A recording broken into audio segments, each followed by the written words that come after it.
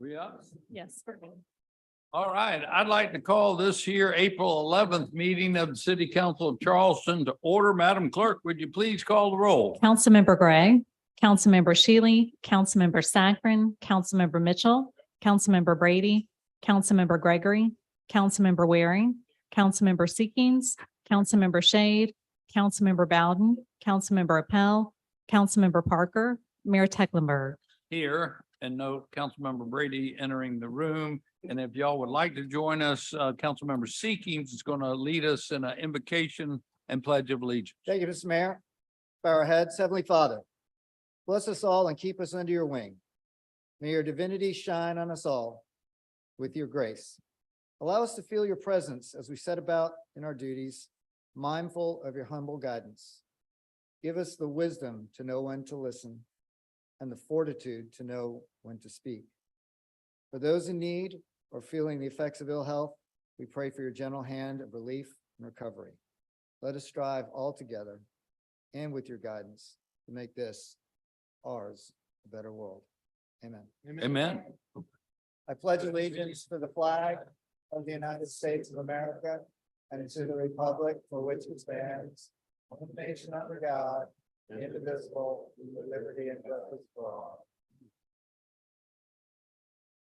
All right, y'all, we have a few presentations this evening. If y'all don't mind, I'm going to join the first two kind of together. That's a proclamation recognizing Fair Housing Month, along with a proclamation recognizing attainable housing, since those are kind of related. And I'd like to ask Gianna Johnson to come forward, who's the director of our Department of Housing and Community Development. Also, Otham Meadows is with us this evening. He's the CEO of the Charleston Urban League. And I want to introduce to everyone Craig Logan. He's an executive fellow with the Charleston Chamber of Commerce. Craig, and anyone affiliated with this, either one of these proclamations, please come forward. Young lady, you are. Pleased to see you. Come on up. And former council member Marie Del Chapo is with us this evening. Hey, Marie, how are you? So, Yeah, you can take it back. what's that? She can take her seat back. Yeah. Okay. Councilman Gregory, you want to join us up here as well? Yeah. So if I may, this proclamation, and I'm going to kind of merge it with the other one as well. Whereas this year we commemorate the 55th anniversary of the passage of the Fair Housing Act, the landmark civil rights law signed by President Lyndon Baines Johnson on April 11th of 1968 that made discrimination in housing transactions unlawful. It was on this date, April 11th. Whereas the Fair Housing Act prohibits discrimination in housing because of race, color, national origin, religion, sex, including gender identity and sexual orientation, age, familial status, and disability. Whereas Fair Housing Month is a time to recommit our city and our nation's obligations to ensure that everyone has equal access to safe, decent, and affordable housing. Whereas the city of Charleston is committed to doing everything we can to address critical housing supply and affordability challenges while working to advance affordable home ownership opportunities that ultimately serve to unlock generational wealth building potential. And whereas Fair Housing Month is an opportunity to create and support choices for all voices to build an equitable future. And whereas access to affordable and attainable housing is critical to the socioeconomic well-being of communities, whereas Attainable Housing Week serves as an important time to raise awareness about the critical importance of attainable housing in our communities, whereas the fourth week of April shall be known as Attainable Housing Week. This year's theme, Housing as Infrastructure, a Foundation for Opportunity, highlights how housing is essential infrastructure that shapes our communities and provides opportunities for people to build better lives. Whereas we recognize the efforts of the Regional Housing Coalition, nonprofits, developers, community members who work tirelessly to promote and create attainable housing in our community. Therefore, I, John J. Tecklenburg, along with City Council, do hereby proclaim the week of April 24th through 30th to be Attainable Housing Week, and the whole month of April as Fair Housing Month in the city of Charleston. Hear, hear. So, next, I would like to call on Otha Meadows, who is our partner with the Charleston or the Trident Urban League, and he helps us execute many programs regarding affordable housing. Otha? Thank you, Mr. Mayor. Mr. Mayor, thank you, and I'd like to thank council for all your support that you give the Urban League to allow us to do the work that we do in fair housing. I'd just like to talk about a few of our accomplishments this past year. This past year, we answered over 300 calls to our fair housing hotline. We mediated over 40 cases of landlord-tenant disputes. We distributed over 5,000 fair housing flyers in 3 languages, English, Spanish, and Portuguese, to address the emerging Brazilian population in our community. The other thing that we were able to do this year, Mr. Mayor, is we were able to put QR codes on the side of CARTA buses, not only on the exterior, but also on the interior. So what an individual, all they had to do was to click on that QR code with their smartphone, and that would take them directly to our fair housing website, and they would be able to access all types of resources as it relates to fair housing. If I may, I'd just like to talk for a minute about the new affirmative fair housing rule that was proposed by HUD in January of this year. And the new fair housing, affirmative fair housing rule says that we must do a better job in creating more inclusive communities, creating more housing choice, and eliminating discrimination. Mr. Mayor, what HUD is asking us to do is to step up our game. We have to be more transparent and more accountable in how we address fair housing issues in our community. So to that point, I'd like to talk about the fact that HUD has acknowledged that some of the policies that they have implemented have in fact contributed to discrimination in housing. Just give you an example, going back to the GI Bill, over 1 million African-American soldiers that served in World War I were denied housing opportunities through the GI Bill.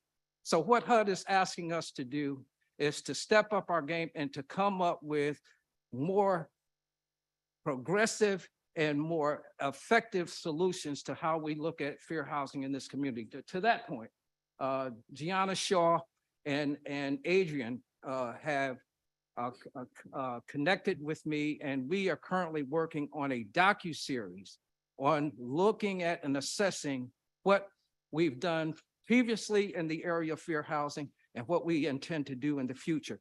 We tend to make this information public at the end of this month, and we'll use that to develop policy for an equity plan for the city of Charleston over the next five years as it relates to fair housing. Again, Mr. Mayor, I want to thank you and council for all your support and the work that we're allowed to do in the area of fair housing. Thank you so much. Thank you for your partnership.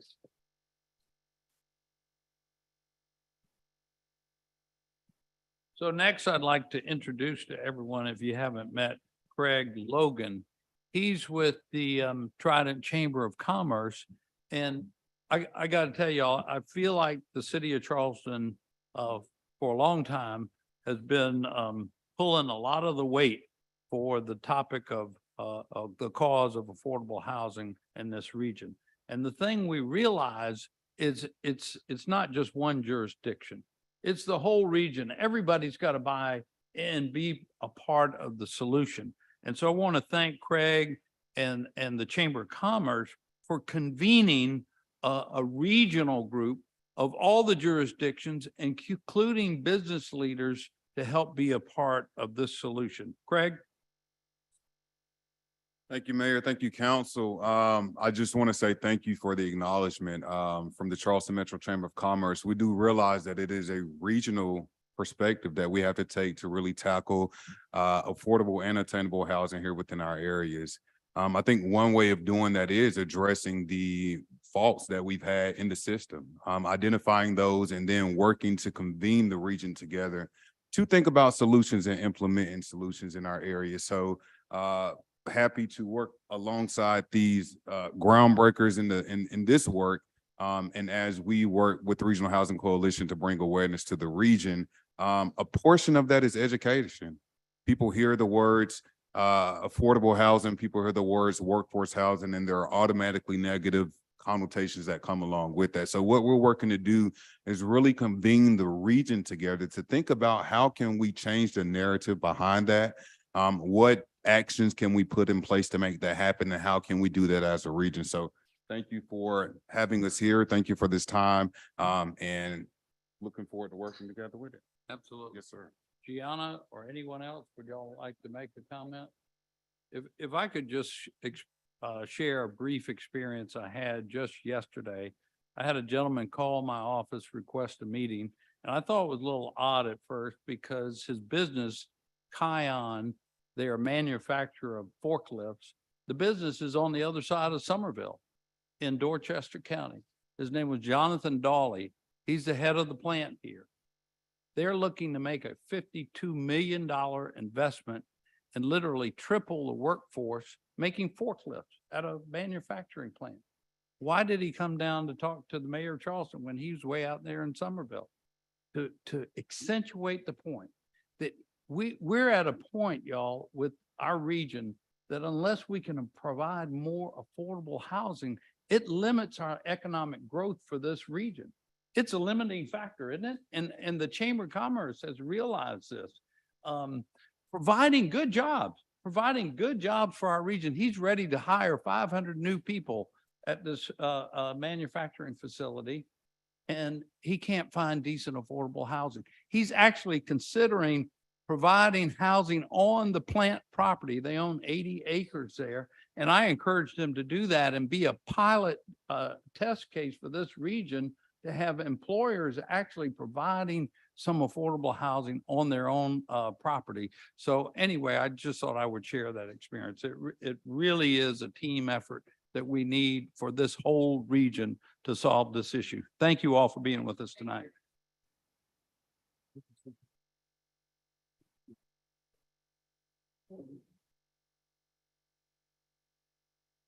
All right, next up, we've got a proclamation recognizing Donate Life Month.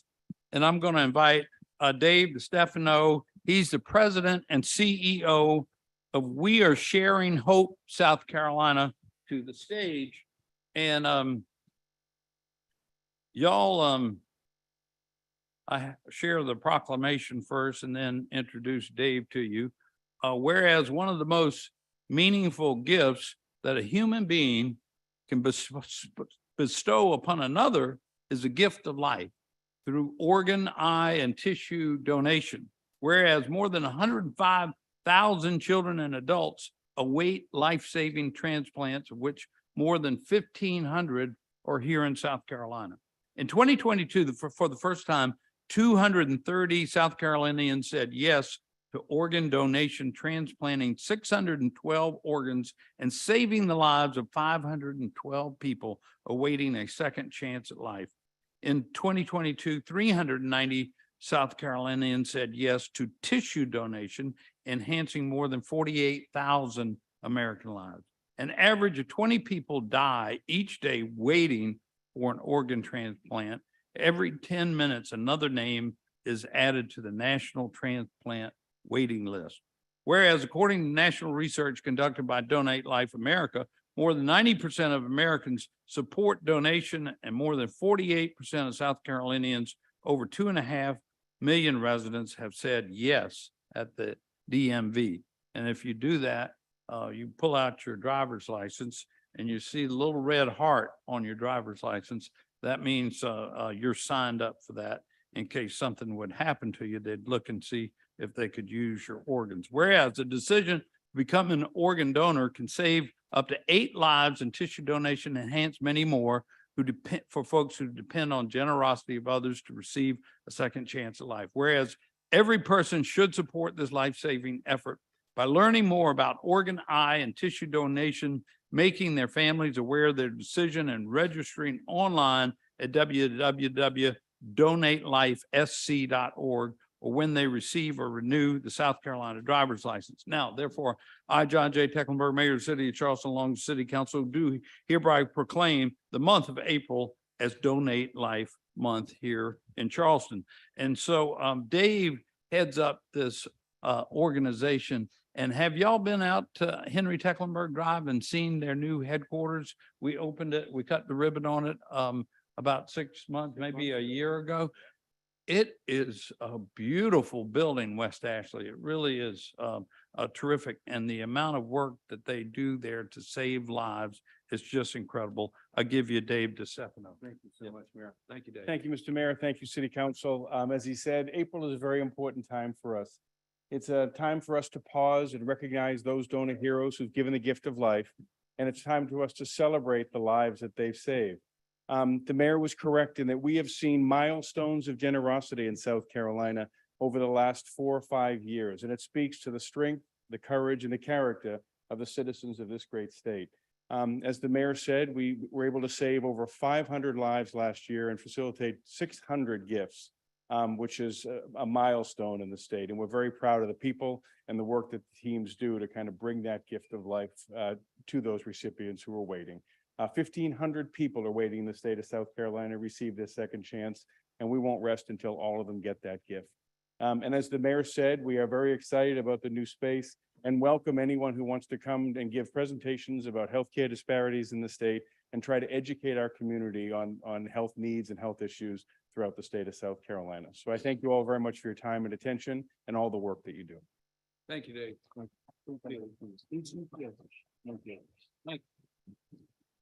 All right, we've got, Mr. Mayor. yes, sir, Councilmember Brady. Yes, I just wanted to take a moment and just say on behalf of Donate Life as well.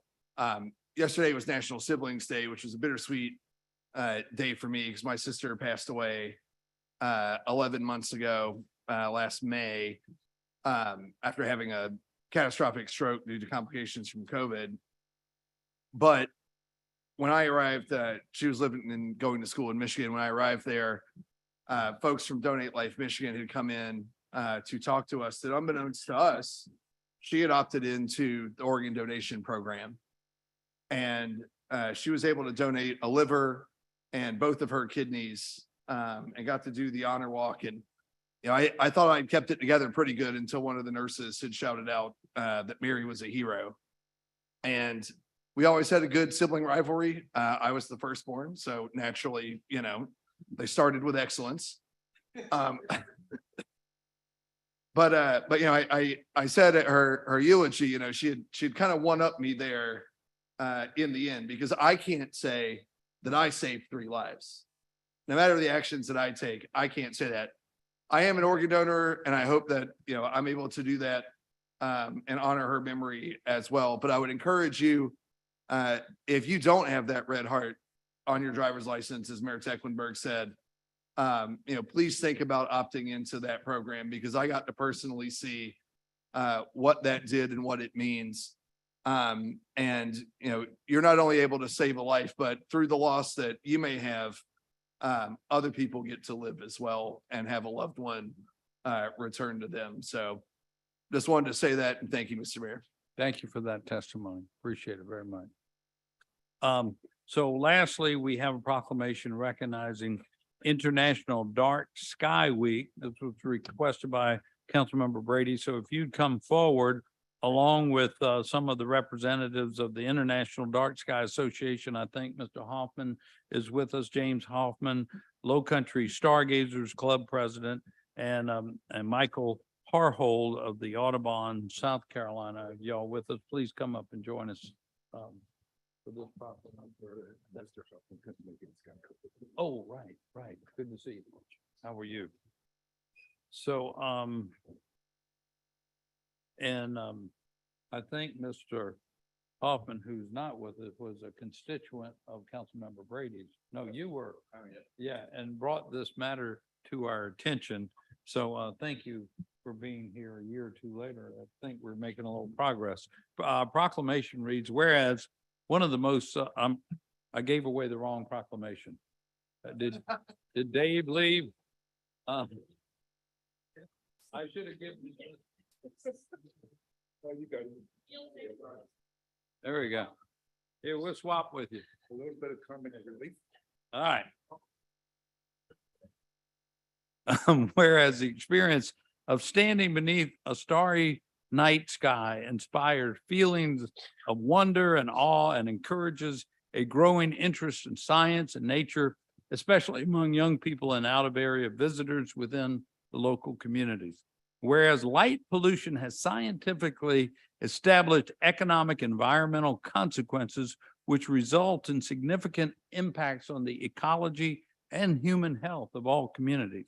And whereas 80% of the world's population, including many people in Charleston, South Carolina, live under a dome of light pollution that disrupts natural darkness and may never experience the visual wonder or ecological and health benefits of living under a dark sky. Whereas light pollution represents a waste of energy, a waste of natural resources amounting to roughly $3 billion per year of wasted energy in the United States and contributes to diminished energy security.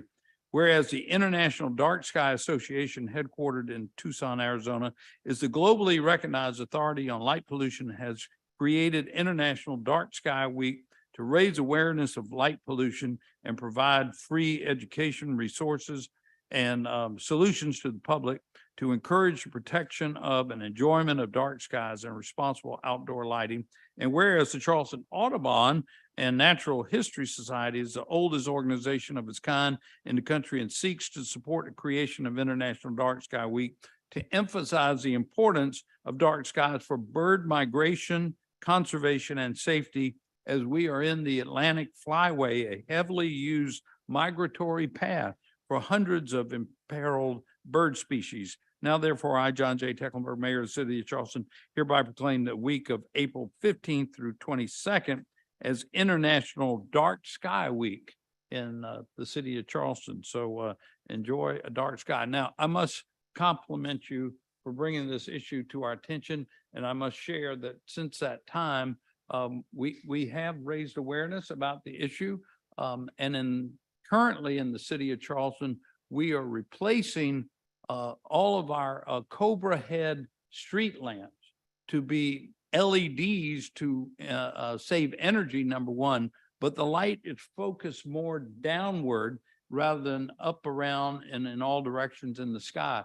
And for example, when we selected the lights for the low battery project down on Murray Boulevard and had SC Dominion put out some samples for us, we were very observant of the pattern of spread of light, that it be more downward and not upward. So, sir, your advocacy has made a difference here in the city of Charleston. I welcome you to make a remark if you would like. Thank you. Yes, sir. Thank you, Mr. Mayor, City Council, and the people of Charleston. This came to my, well, I could say I'm an amateur astronomer, been that for many, many years. I came from places where you can see the Milky Way as beautiful as you can. I used to come down here as a young kid visiting with family. See the Milky Way, see the stars. Do you see that here now? No. That's something we can change though. That's why we're bringing this International Dark Sky Week to the forefront for everybody here to let you know, we don't want you to do away with your lights. We just want you to use them in a proper way. Use them when you need them. Use timers, direct them downward, shield them. Don't let them go into your neighbor's windows to wake you up. So with that, Mr. Mayor, the International Dark Sky Association thanks the city, the mayor, the council, and the people of Charleston. And let's make this a more safer place and better for all life. Sea turtles, birds, nocturnal animals. They need the darkness just as we do. Thank you. Thank you very much. Yes, sir. I'm just batting 1,000 today. No, I wanted to thank Tom for bringing this to my attention as we got to sit down and talk about it. I actually have my sea turtle socks on today, and on it, right, because of International Dark Skies Week. but just the streetlights are kind of the beginning, and we've been working over time and hope to bring something to council soon. To think of light pollution as we think of noise pollution. It's a quality of life issue. The same way that we measure if your neighbor is playing a stereo too loud or there's a car too loud, and it begins to disturb your quality of life. We want to begin to think of light that way, because currently there's really nothing that stops you technically from having a spotlight on the side of your house and shining it into your neighbor's window or your neighbor's yard. And obviously that disturbs them, that can disturb their animals. You know, we basically have somewhat of a 24-hour city where you have nurses, doctors, convenience store workers, truckers, all types of occupations who live in and around you that don't work 9 to 5. And so being able to bring that light level down can help them live a higher quality of life. But also we need to be good neighbors, and especially the areas that I represent. I know the paper had done an editorial on it as well. You know, I represent Johns Island and Outer West Ashley that kind of butts up against the urban growth boundary. So it kind of makes sense as we get out towards the edges of the city that we would ramp down the amount of light there, but understanding that on the peninsula, it's probably going to be more concentrated. So we look forward to working with everybody here to bring forward something to council soon and begin to hopefully address this quality of life issue. So thank you, everybody. Mr. Mayor, Councilmember. to accent what Councilmember Brady mentioned, there's a wonderful exhibit at the Smithsonian Institute. If you haven't been to Washington recently, that depicts this light pollution that Councilmember Brady is mentioning. And if you ever get a chance to go up there, it just shows you the impact that light pollution has on our environment and on our residences. And I would just encourage you to do that if you have an opportunity next time you're in Washington. Great, thank you. Any other comment from council? Hearing none, we'll move along. Thankfully, there's no public hearings tonight. I do want to ask for approval of our city council minutes from March the 14th. Any corrections, additions, deletions? Hearing none, all in favor say aye. Any opposed? The ayes have it. Next up is our citizens participation period. Thank you all who have joined us tonight to share some words with us. I'm going to turn it over to Madam Clerk to call everyone out to come and speak to us. Sure, we have 13 people. Did you want to set a time limit? Let's do that. All right, the time is 1.5 minutes. Anthony Bryant. Mr. Bryant, there you are. Come forward. When someone calls you a name, my daddy said, "Well, it's bad, don't ever answer." Department of Justice notice about investigative use of personal information on OVW programs, protecting children in the 21st century, NADDIS system, investigative reporting filing system, Homeland Security Act of 2002, indirect initiatives by members of the National Police and State Troopers Association, National Law Enforcement Agency, Inc., with 18,000 law enforcement agencies, 600,000 police officers, Ways and Means, I think 5 and 6 is about me. The committee A, B, C, D is about me. So I know that's about me, but I'm not going to answer them epithet questions. What I would say to you is MUSC, all your partnerships, I'm filing a complaint against every last one. The Citadel, MUSC, Veterans Hospital, all of them. Complaints will be filed because people are walking in the community. And they don't even live in our community. The sad part about some of your police officers, they don't even live downtown. They live in Hanahan, Goose Creek, Mounts Corner, Somerville, Mount Pleasant. They don't live downtown. They have no right taking my name out of the peninsula. Not one of them pay a dime of taxes, how much my parents have kindly paid in the city of Charleston over the years. They got not one opinion about Anthony G. Bryant. And what they need to do, for some of them, they make a little bit of more money, buy some better vines. Thank you, sir. Muhammad Idris.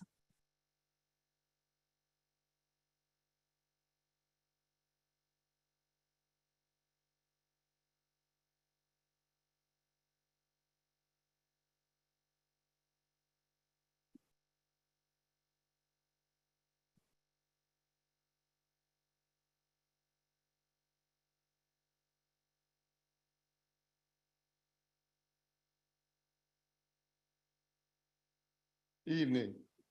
I would like for you all to read the top of that. That's this. It's racism is dead and buried. We are not suffering from racism. We are experiencing greed, envy, jealousy, and ignorance. but racism is used to keep the masses fighting each other. I was raised in this book here, the Holy Bible, and it said the truth will set you free. Here we have this month, April, and the day is the 11th. They said that's the day that they took Jesus off the cross. At the time, at the 11th hour. When we look at this month, they said April Fool's Day. And if you look at April Fool's Day, you're gonna find 13 letters. And there are 13 of you all here. They use the name of Jesus to do their work. They open up in the name of Jesus, but they do the work of the devil. Thank you. Suzanne Hardy.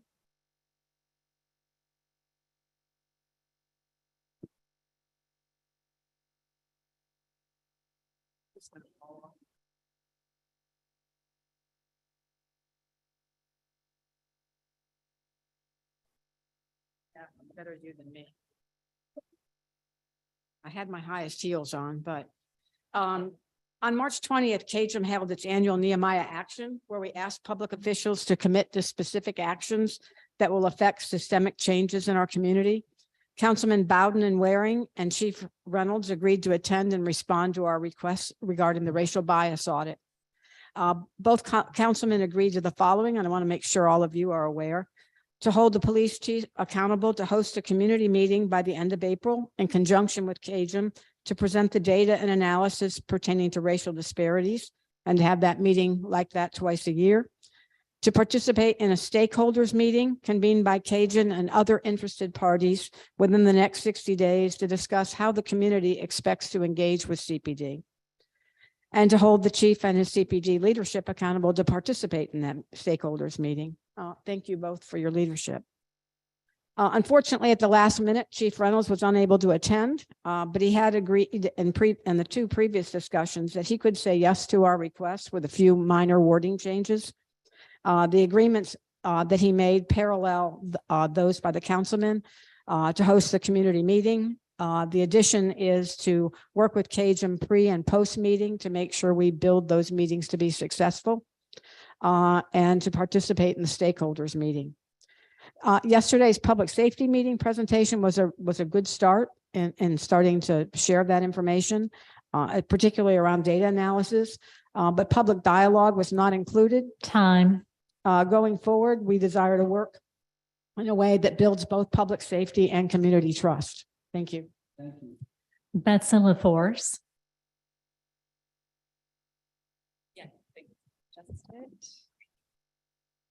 Good evening, Mayor and Council. Thank you for the opportunity to comment this evening. My name is Betsy LaForce, representing the Coastal Conservation League at 131 Spring Street. We know that change doesn't happen overnight. This is especially true for policy change, as you all are well aware. It took a long time to get here with the slab on grade ordinance before you this evening for second reading. Many diverse stakeholders were involved. We'd like to thank council and city staff especially for working so diligently over the past 4 years to understand and support this ordinance to restrict slab on grade foundation types for single family dwellings in the 100-year floodplain. On behalf of the Conservation League, the Historic Charleston Foundation, Southern Environmental Law Center, we respectfully ask that you support it again swiftly tonight on second reading. The past 10 years of flooding events have shown us that it doesn't take a history of flooding to be at risk of flooding, especially in Charleston's lowest lying areas. So how do we accommodate growth without exacerbating flooding? By being adaptive and updating policies. When we know better, we can do better. So passing this ordinance signals council's ongoing commitment to addressing patterns and risks associated with sea level rise and development-related flooding issues.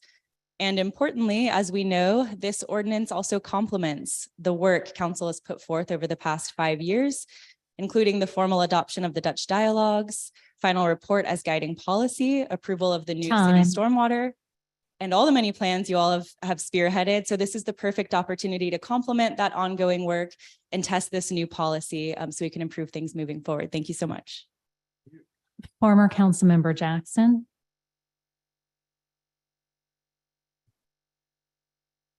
Good evening, Mr. Mayor and council. I'm here to primarily talk about another item, but before I get started, I have to say, please adopt number 5, second reading item, no slab on grade or controlling slab on foundations, as you all are putting it. I'm very proud to have been part of that 4-year process, as Ms. LaForce reminded us. I'm here primarily to thank you for, or say, happy National Fair Housing Month and National Attainable Housing Week. I was very glad to see my friends and colleagues up at the front with the mayor. I wanted to just bring to your attention a probably forgotten connection to those great words that everyone was affirming and saying we're going to step up our game on bringing housing to our region, by reminding you that we have a list of first reading ordinances that have been on paper going on a year, I think, and number 6 has been deferred, and that is a very simple ordinance that's already been written and amended to update the city's fair housing law so that it comes into substantial compliance with the federal housing law, and that becomes the next domino to play in what we all thought, again, was low-hanging fruit to accomplish out of the Housing and Mobility Special Commission Subcommittee, which is to establish a fair housing assistance program in our city. So please pass the ordinance next month, next week, and you'll still be inside of fair housing law where actions speak louder than words. Thank you. Katie Freer.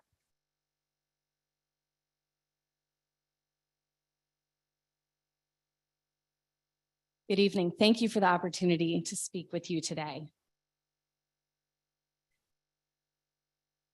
This evening, I've heard lots of city council members talking about how world-class our city is, and we all know that it is. But I think perhaps we forget that everybody else in the world is watching us, and they're watching you. The seal of the city of Charleston that is stamped on each ordinance states, Aidis Morris Jiraque Curat.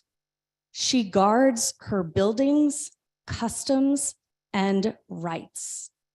You are the guardians of our city. You are the ones that our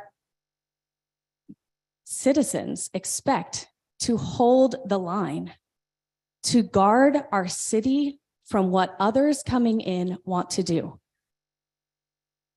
There is a coup.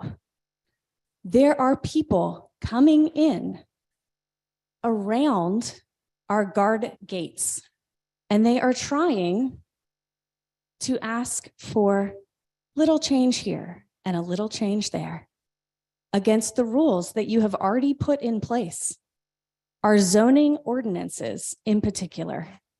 And I don't know about you, but I am not interested in seeing 8-story buildings next to 2.5 or 3-story historic gems.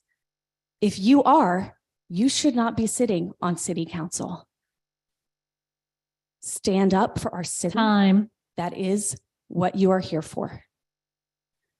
Josh Dix.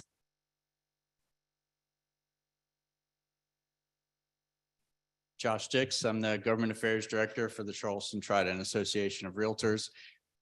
You do have the slab on grade policy before you today, and that is something that we worked on quite extensively.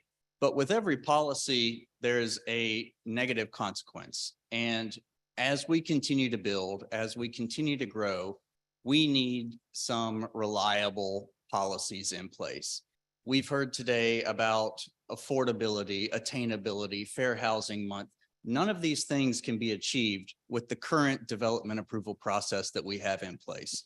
All of these policies work in conflict of actually reaching attainability in Charleston, South Carolina.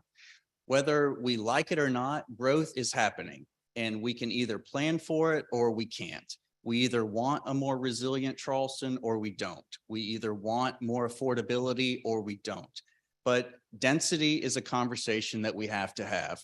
Height is a conversation that we have to have. NIMBYism, it waved bye-bye to us a long time ago and is in the rearview mirror. We now allow bias and personal greed to drive our policies. And we have got to stand up. We need reform, and we've got to start at the top, work all the way ourselves to the bottom. Because until we address these dilemmas in our design review process, in our zoning code, we will not achieve affordability. We will not address Time. resiliency, and we cannot improve Charleston. Thank you. Edward Jones.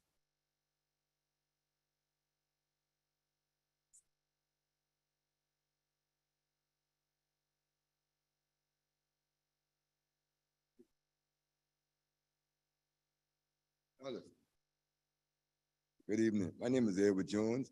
Pretty sure everybody knows me by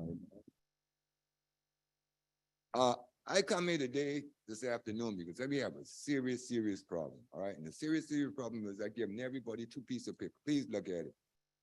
If you look at the first one, this was put up by our city of Charleston Parks and Recreation. If you look at it, it says McMahon Park, James Island County Park, Johns Island County Park, James Island Rec Center, and Bees Ferry Center. That's good. That's beautiful. But here's the problem. And the problem is West Ashley alone. We have Forest Park, Dimon Park, Woolly Game Park, not included in this Easter egg hunt that the city sponsored. You come on now, you go to James Island, Westchester Park, Thomas Johnson Park was not included in this. And if you look at downtown, we have Mitchell Park, where the kids from Gatson Greenwood are entertaining Easter egg hunt at. Nothing was there for them. You had Martin Park with Meeting Street Manor, Cooper River Court, and Bridgeview kids were to come to. Nothing was there for them. Then you look at Fuller Summers Mall Park, where we got 2 public housing, Anson Borough and Drake Street public housing. And then if you look at Mitchell Park, like I said, Mitchell Park again, Moultrie Park, to handle Wilson Street, which is Time. most public housing. It's a shame, and I put a letter in the back because I want you all to understand that this is a shame that our city recreation department sponsor an Easter egg hunt, but didn't put it in none of the public housing area. It's a shame. Lisa Boston.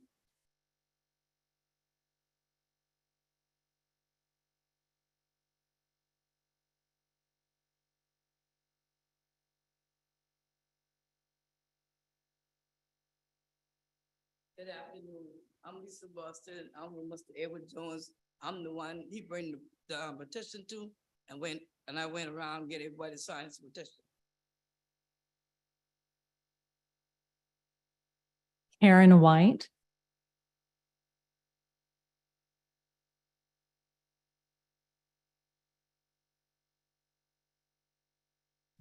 Good afternoon. How y'all doing? I'm a member of CCPLC. I was under the impression they took Edward Jones, away from our park and say they need him in the citation department until they hire somebody else. But the work is not getting done because we don't have our founder of CCPLC, and that's not right.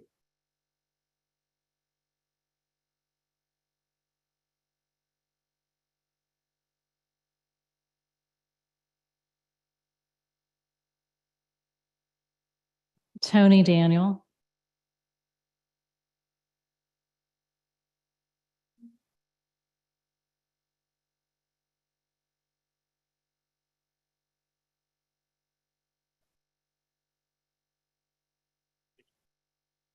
Good afternoon, Mayor. Got another wonderful letter written to another friend of Ross Pell.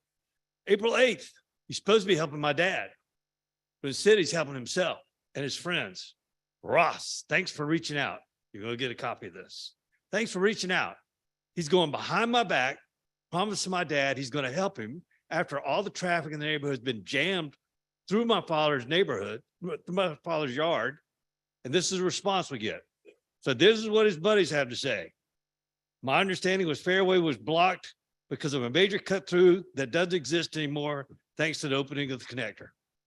So the cut through argument's nonsense. And you know the law. Are you going to obey the fair housing law? Or are we going to toss that one aside too? I mean, what laws are we going to pick to choose and say, I'm going to enforce that law I'm not going to do? Then here's one of my favorites. I'm familiar with the vocal minority. Somehow or another on emails, I got tagged as the vocal minority. I just came home from combat, and that's what I got known as for writing letters saying, hey, this is the law and this is what it says. And you guys have unfairly blocked the road. Your lawyer, Mr. McQueenie, told you the same thing. A temporary blockade is the only thing authorized. A temporary blockade for 35 years. Now, of course, Mr. Appel foolishly said the roads were still open, but they had trees in it. That was ridiculous. And then he knows my dad had a stroke. He says in the letter, I know your father had a stroke, and he's still making fun of me. And then he talks about I'm not a property owner. I don't have to be a property owner. I represent my dad. Jerome Harris.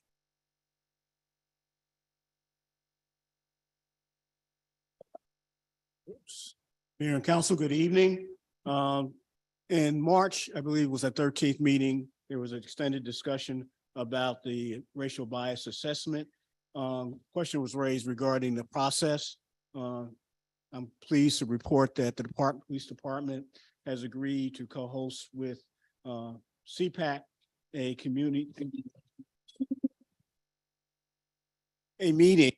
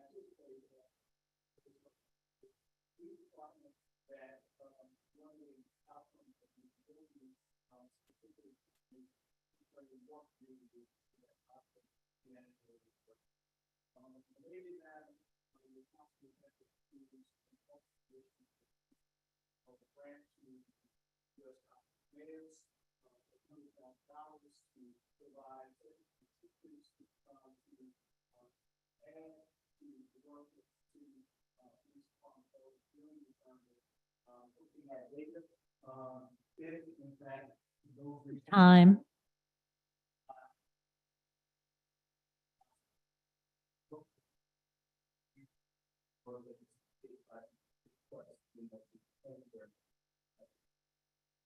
Reverend Charles Hayward.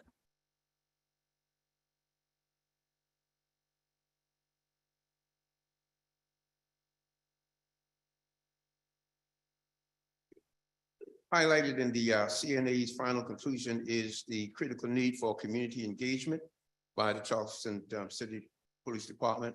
So I'd like to quote, partnership with the key community partners and the broader community will be essential in assuring that required changes are institutionalized and change the department's culture.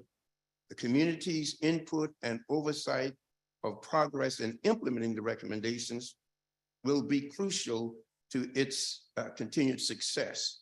End of quote. 3+ years now since the final report, community engagement has not yet happened. Optimistically, it could be because of confusion about what community engagement is really like. When we first began researching this area of policing, we met with the sheriff of Denver, and he shared something that has stuck with us. He told us it took him some time to really understand what community engagement and community policing look like. He grew to realize that it was not barbecues, coaching kids' teams on midnight basketball, but true community engagement was inviting the broader community in to write the department's use of force policy, in to discuss the department's racial disparity data, on collaborating and addressing those issues, and to agree on how best to conduct the ongoing communications between the community. And therefore, we would like the opportunity here in Charleston. We have gained and gotten some cooperation agreements from police department leadership as well as council persons. And we would certainly appreciate the opportunity that you will fulfill those agreements. Thank you.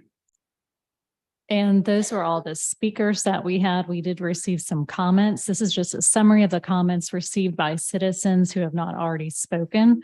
All comments were sent to City Council in full for their review prior to the council meeting. Emily said she was a resident of West Ashley and urged council to support the redevelopment plan for the old Piggly Wiggly site.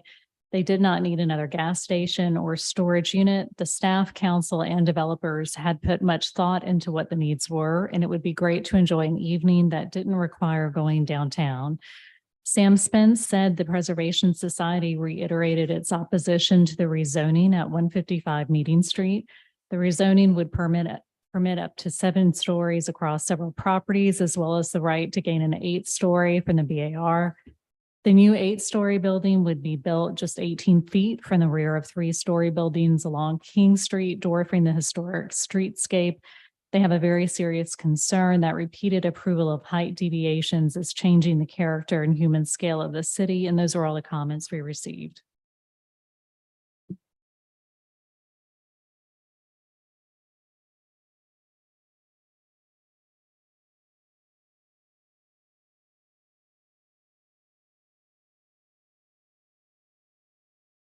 Mic is not on. Now it is. So next up is our petitions and communications. We have a couple of appointments. One, Councilmember Brady to the Carolina Art Association Board. That's Gibbs. And also 3 appointments to our Tourism Commission. Well, Mr. Mayor, on the tourism, if we could separate the first one, the first new appointment that's on that committee. Okay. Okay. Well, why don't we take every item separately because there are not that many. If we could have a motion to approve Councilmember Brady to the Carolina Art Association Second. first. We got any discussion on that, Councilmember Shea? No, not on that. No. Okay, all in favor, please say aye. Aye. Any opposed? The ayes have it. Next up, the Tourism Commission. Could I entertain a motion for Ms. Fort to be taken separately? And I thought that was the request from Councilmember Mitchell. I have a question, Mr. Mayor, before we go to that motion. Can I get for clarification? Yes. And your staff sent me this email breaking down the names of the current members of this Tourism Commission and the 3 vacancies. And according to the graph that I got, can we just specify as to which vacancy each of these folks are fulfilling? One says tourism, and then 2 of them says peninsula resident. But it doesn't specify which seat these 3 appointees are going to take. Okay. I hate to say I don't have that information in front of me. Maybe Mr. Dan Riccio is online yet. Oh, Dan I'm here, Riccio. sir. Yes, sir. Yes, sir. The Liz Fort and Miss Saunders, I believe, is the residents choice and for the position. Tourism basically means a position that oversees or they're a member of the tourism industry. And this particular individual is a tour guide with a local tour company. And That's that Campbell. was Mr. Kuhn. Mr. Kuhn, yes, sir. Yeah, he's tourism. And the other 2 were just residents. Downtown residents, peninsula residents. Okay. All right. So respectfully, we had a request from Councilmember Mitchell to separate Ms. Fort. I considered that as a motion. That's a motion for me. That was a motion at the time, and I separated the vote accordingly. Does anyone want a second Councilmember Mitchell's motion? Okay. All right. So we have a motion to approve Ms. Fort. No, not to approve. I'm not going to support her right now because being on the council for years, I've been on this. She was fighting these, the tourism and the cost and carriage ever since I've been here. Yeah. And we've made so many changes to that. And every year it's the fight going on. And I don't know why, this is she was being on this board and she was one of the one fighting us the whole time since I was here. And So- that was my problem with it. And I just can't support it. So I mean, that's up to you, my colleagues to do what they want to do, but I Sure. can't support it. So, but Councilmember Mitchell, your motion would be to Not to support, not to approve not to Ms. approve Ford that to the appointment. commission. And we have a I'm gonna second. vote that way. That's, Okay. you know, that's my colleagues Okay. vote their own prediction. All right. That's just me. So any other discussion? Just as a point of order, it's a little easier for clarification if we do the motion to approve with the second, so that an aye is in favor of it and a nay is against. Duly noted, duly noted. Councilmember Parker, we have a motion to approve Ms. Ford to the commission. I vote would be to approve her, a nay not to. Councilmember Parker. Thank you, Mr. Mayor. Which council member is on this commission? Is there a council member on the tourism? Councilmember Gregg, Okay. Got it. and he's staying there apparently And for he's not for the here. time. That's why he's not here. Would any other comments? Mr. Mayor, who is the second to Councilmember Seeking's motion to approve? Councilmember Waring, I think. Okay, Yeah. thank you. Any other comments? All in favor, please say aye to approve. Say aye. Aye. All those opposed, nay. Let me ask for a roll call on that, if I may, Okay. just so we're clear. I'm happy to discuss it. Mr. Mayor, before we do a roll call, can I say something, please? Sure. Thank you. Councilmember Seeker. All right, so the way that people get onto this commission is they apply through the portal. Ms. Fort applied through the portal. It comes to That's the correct. mayor's office. He recommends to this council. I, like many of you, not all of you, have received some letters disparaging Ms. Fort and making some statements about her, which I'm just going to tell you straight up right now are not true. And I would encourage you all, if you're thinking at all about not approving this, to consider the following. If you were to take a heat map of Charleston, and the hottest place in that heat map for tourism, that is where Ms. Fort lives. She lives right in that corridor. She is absolutely qualified to give opinions about what goes on in tourism around here. And if you asked the Charlestown Neighborhood Association who they would put forward and recommend for this commission, it would be Liz Fort. It would be Liz Fort. She is not what she has been painted out to be by one of the industries that Tourism Commission oversees, and there's many of them. What she is a dedicated citizen who's willing to go forward on this. And we all, I don't know if you all got this letter, but this is the one that got my blood pressure through the roof. Of the sins that have been bestowed upon her to encourage you all not to vote for her is that she is an ultra privileged peninsula resident. That's in a letter from a lawyer. Shame on that lawyer, first off. Secondly, the carriage industry, which apparently some people, not all, are launching this attack on her. Where do they make their money? 100% of it. 100% is on the peninsula, and about 99% is in that corridor on East Bay Street. People who don't get the medallion to go on the East Bay Street corridor gripe about not being in that zone. Am I right about that, Mr. Riccio, who's out there? That is the hottest zone out there for carriage tours, for walking tours, for bus tours, for everything. She's qualified. The fact that some people don't like her is not a reason not to vote for her at all, at all. I know her personally. She is a reasonable person. She and I don't always get along and agree on things, but she's always committed and thoughtful. Now, after I received a couple of these letters, one of the allegations was this would disrupt the Tourism Commission and no one wants her there. I talked to Mr. Riccio, who runs the meetings. He's fine with it.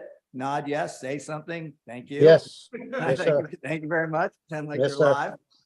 I talked to 4 members of the Tourism Commission. Not a single one of them has any problem with her being on there. She's just another perspective.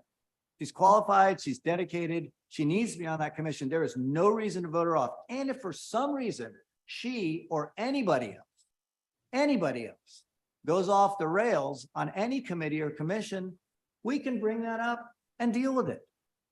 But to make a decision in advance that she's going to be some disruptive force when she lives in the middle of all this and would be a natural representative of the people who are inundated with tourism and not have a voice on it, it's like having someone on the front lines in the foxhole and not let them call in and tell me what's going on. That's what she's going to be doing.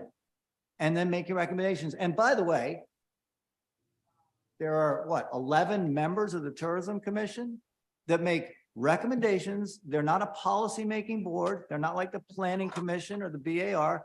They just there are to send some communications through Mr. Riccio or through the chairperson back to city council. They've got no authority to do anything of substance. And if there's some idea that there's some subterfuge of the carriage industry, let me just say this. I've been on this council for 13 years and have been very supportive of the carriage industry. Many of you might know, I lived for a long time and still own a property that is in between, not one, not two, but three of the carriage barns, and have been supportive of them. I would not support someone I thought was going to go in there and just go and undermine all the work that we've done. But I am supportive of someone who lives every single day in the middle of 8 million tourists that come here annually and sees with her eye and can report back both through her eye and on behalf of the people who live in that hot zone, and it's a hot zone. She needs to be on this commission. She's volunteered. She's been put forward. Vote for her. Vote for her.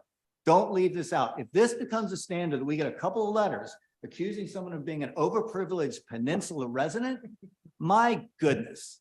No, no, no, no. Thank you, Vote for Councilmember. Liz Ford. Mr. Thank Mayor, you.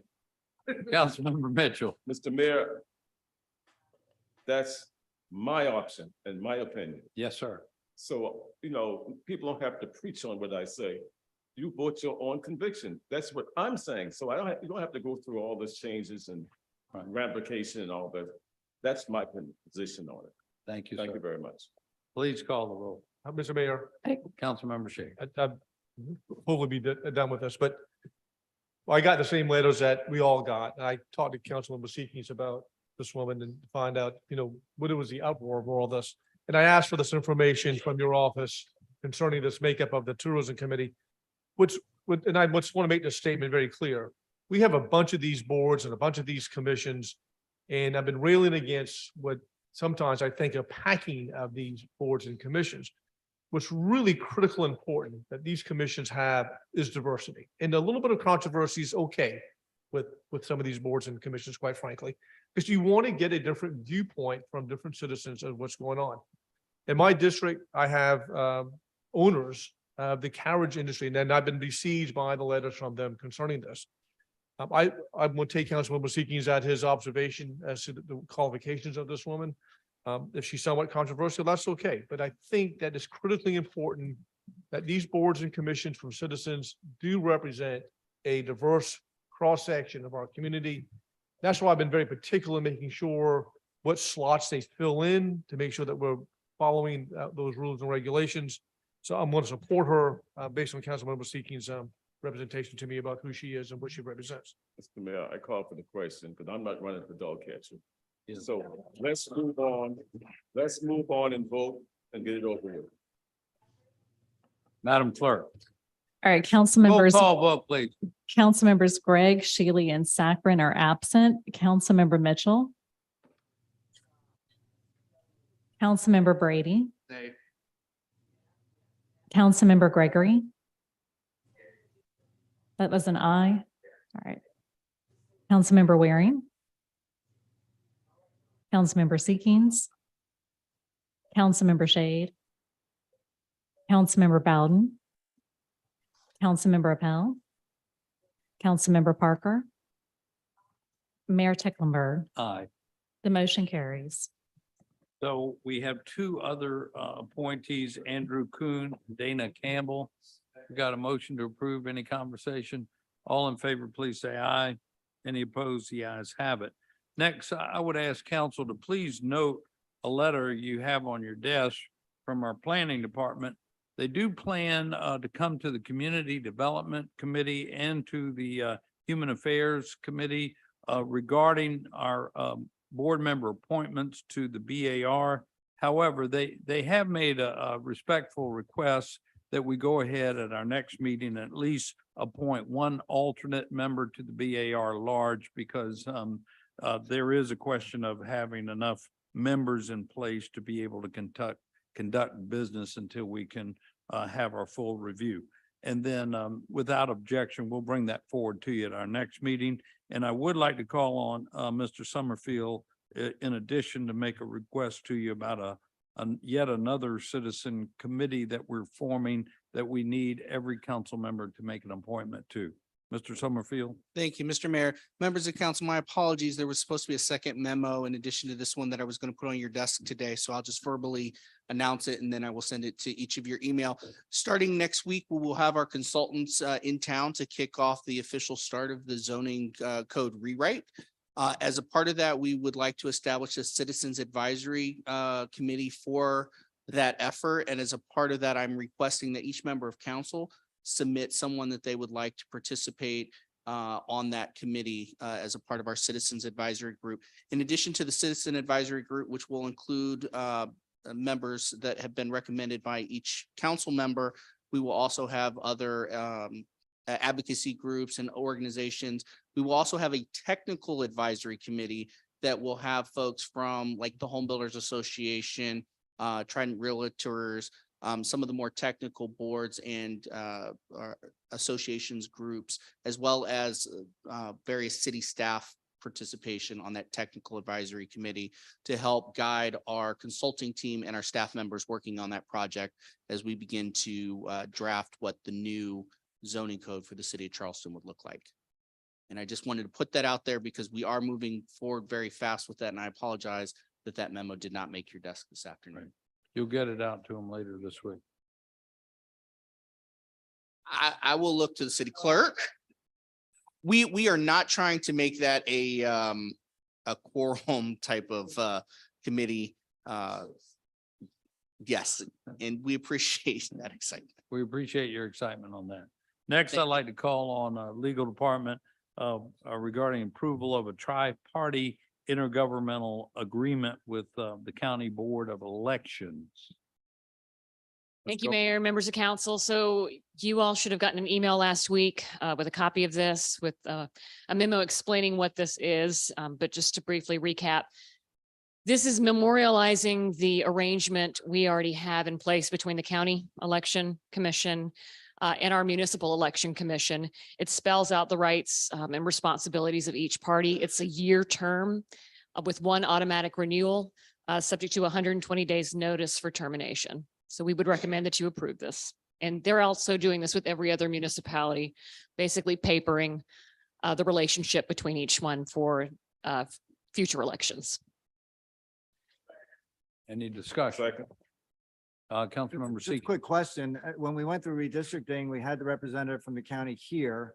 And there was some conversation and representations made about notification on our redistricting and our new maps, and that there would be notice going out to the citizens of Charleston as to now which district they live in, noting that more than half of the residents are going to be in new districts. How are we doing with that?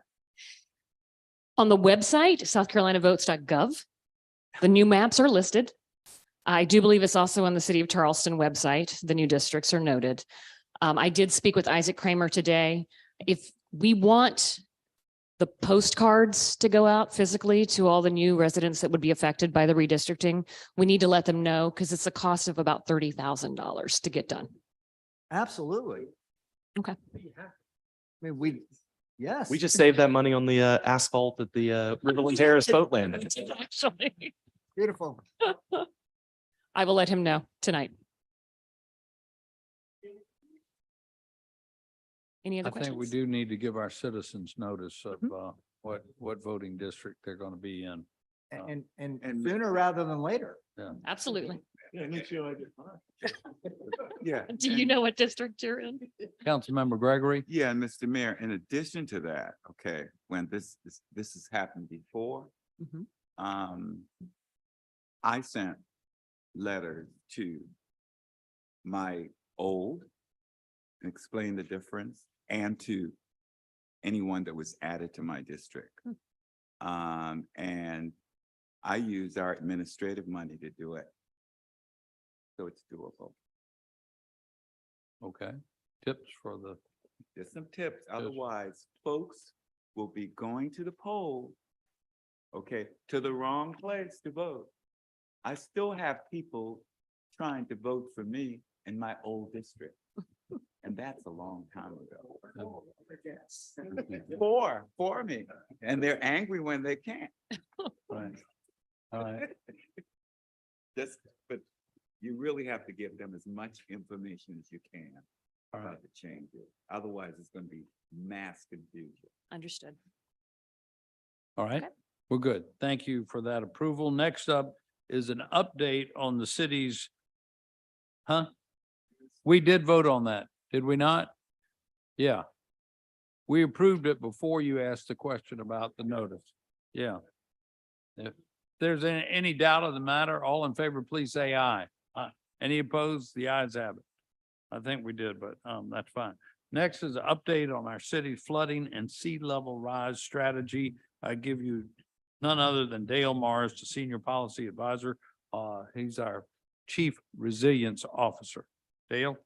Mr. Mayor, members of City Council, members of city staff and the public, the city has a flooding and sea level rise strategy. The first one was adopted in 2015, updated in 2019.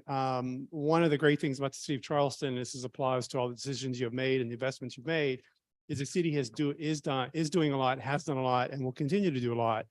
And one of the first phone calls I got when I started here in the city was from a bond rater in New York City, who just happened to call and said, hey, we're looking at your 2019 flooding and sea level rise strategy. Is it current?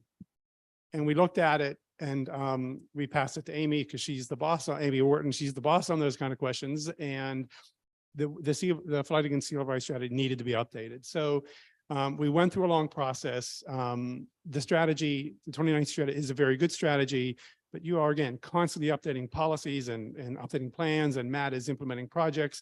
There's just a lot underway. And the old strategy from 2019 just was missing a lot of really important information on the drainage projects, on Spring Fishburne, on the low battery. It's very important projects to show what we're doing. The projects in Chatham Moss and in Church Creek, what was going on there with the buyouts and the restoration of the stormwater park. The Dutch Dialogues recommendations, near and dear to my heart, but also the city comp plan, the land and water analysis. This is a lot of work that's gone on. So I took it upon ourselves with Katie McCain and Kaden Kazella in the mayor's office, and with a very young person, I'm going to introduce you in a second, who helped us update the strategy. I want to thank Mindy Sturm. She provided an internship to us so we could hire Hastings Merrick last summer. Hastings is a College of Charleston graduate student in environmental studies, sustainability and environmental studies. She taught 2 biology classes this morning, plus defended her thesis this afternoon. So she's here tonight to do this. So appreciate that. And then I want to thank Amy and Matt, Amy Wharton and Matt Froelich for finding a little extra money for making Hastings able to work for so longer, and all the city staff, planning, stormwater, GIS, public services, did a lot of work to help Hastings put this thing together for us. The strategy has been vetted by the Resiliency and Sustainability Advisory Committee and by some trusted parties, including Susan Lyons, the head of Groundswell, who also has a background as a journalist. And when you're looking at the strategy, it is online only, although we do have a paper document for you. It is intended really to address the common questions that bond raters or citizens or stakeholders or businesses coming here looking at Charleston saying, what is the city doing regarding flooding and sea level rise strategy? Why is it doing, and where can I learn more? So Hastings, will you run the city council through this?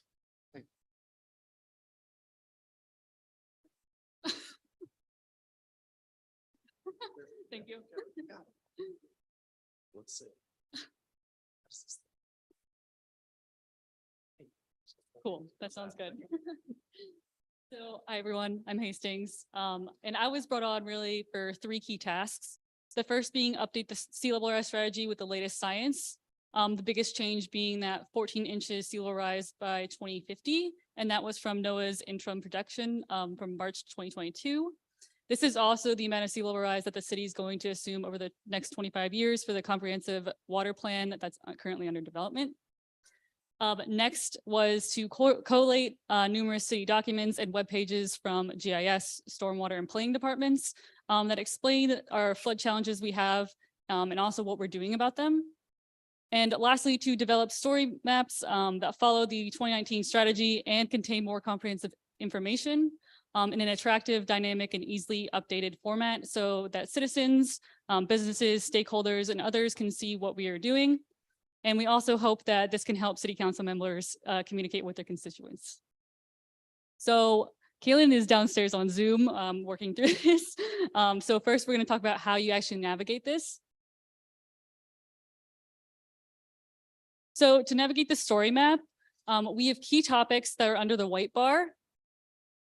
And so those are like the main key topics. There's subtopics in the blue navigation bar. And then story maps embed slideshows, links, and external sites. You can see Kaylin kind of working through those. So if you click on a link, it'll actually take you to the city website right there. And then you can also embed different websites as well. If you see below, there's the tie-dye app application. That's how you generally use the story map. And next we're going to the executive summary. So the executive summary was really to show our key goals for the sea level rise strategy. And it's really consistent with the 2019 strategy. There was not a whole bunch of updates here. The next would be the strategic plan. And this is also similar to the 2019 sea level rise strategy update, where we have infrastructure, governance, land use, resources, and outreach and partnerships as our key components. And then further down on the page, we actually have an initiatives chart that can track what we're doing in real time. And I think we're going to work to update that this summer. So next, we have our sea level rise introduction. And this is really a collation of new data from NOAA, USGS, and NASA about sea level rise and what we're going to see for future projections. And so a lot of different graphs are included here, as well as some different resources from NASA, USGS, and NOAA.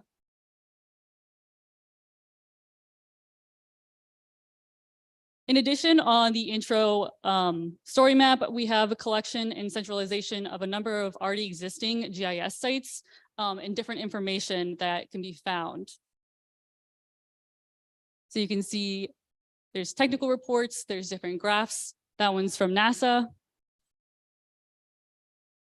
As well as we have different graphics that were on different city documents that we collated together. Awesome. And next we'll go to the infrastructure section. So this is where we have some of the largest projects explained in detail. So this is under the direction of the stormwater department. So you can see we have Spring and Fishburne drainage project. We have a lot of the different updates. We have overviews, and we have a lot of picture and graphics from those projects. We also have the low battery project right under that as well. And so you can see the image we have there, and it's also a description of the project and background information.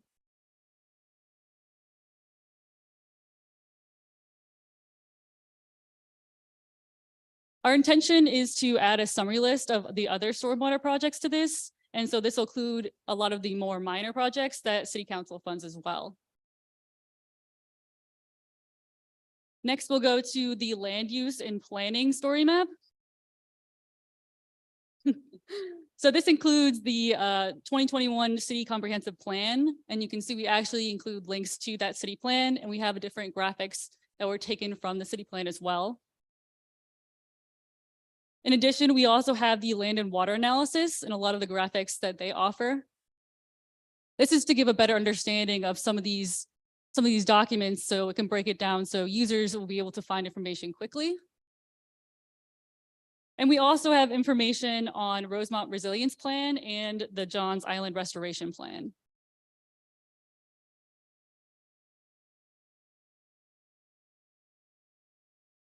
Next, we'll go to the governance story map. And so this one includes things like the stormwater design manual. That was a really progressive document. We have links as well as a description of kind of what's so innovative about it, descriptions and summaries of information. We also have the comprehensive integrated water plan, and we're actually going to have our future updates located there as well. We also have information on buyouts, our floodplain management, and our hazard mitigation plan.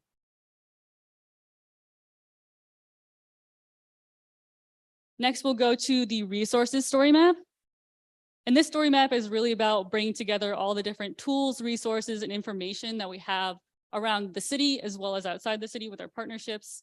And users are able to find these resources, click on them and navigate to those different pages. And so you can see we have tie-dye up on the screen right now. And then we also have things like FloodStat.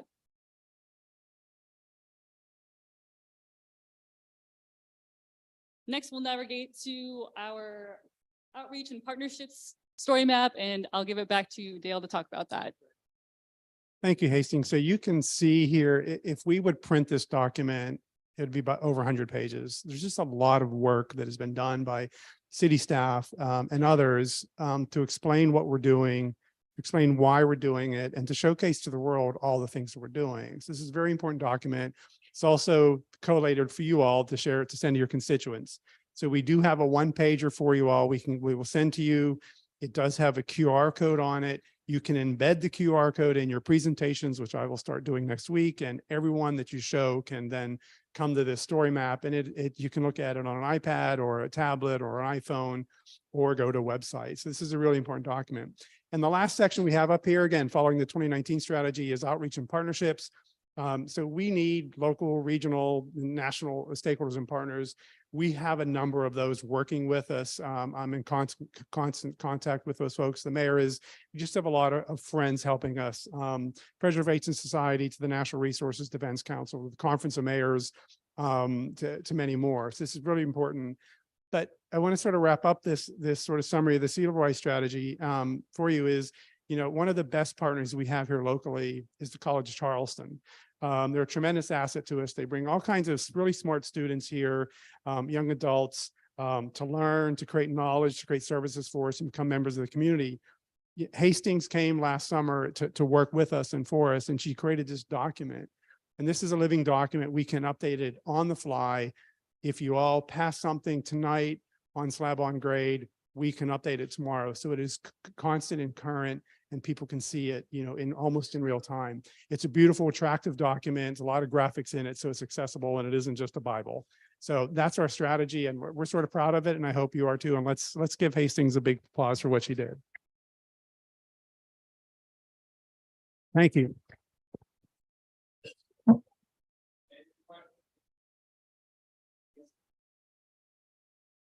Thank you, Mr. Mayor. Just wanted to say a quick thank you. Thank you, Mr. Morris and your team. You brought this conversation over to James Island and had some great conversations. I think it's just a really good conversation to have, especially in a place like James Island. I will say, I won't name names, but you did mention that James Island was kind of the top. We have the three biggest problems. We take on all three. I think above the peninsula, is that, oh, right? Tell me again. James Island is a tricky spot, not only because of its governance and the challenges with governance there, but because it is so low lying, and you're really exposed to coastal storm surge. So you have a number, and you have rain bombs. You have a lot too. So yeah, James Island is a tricky. The water plan team is still scratching their heads like, okay, what do we do here? So we're working on it. Thank you. Well, again, thank you for bringing the conversation, but I just wanted to bring that to y'all's attention. Public Works, just keep that in mind. Okay, thank you. You heard it from the smartest guy in the room. Anyone, Councilmember Waring? Is that something you can push out to council members individually, or the link we have to put? Yes, we can. I will send it to you. I'll send you the QR code. You can snap your phone, and we'll send you the link tomorrow.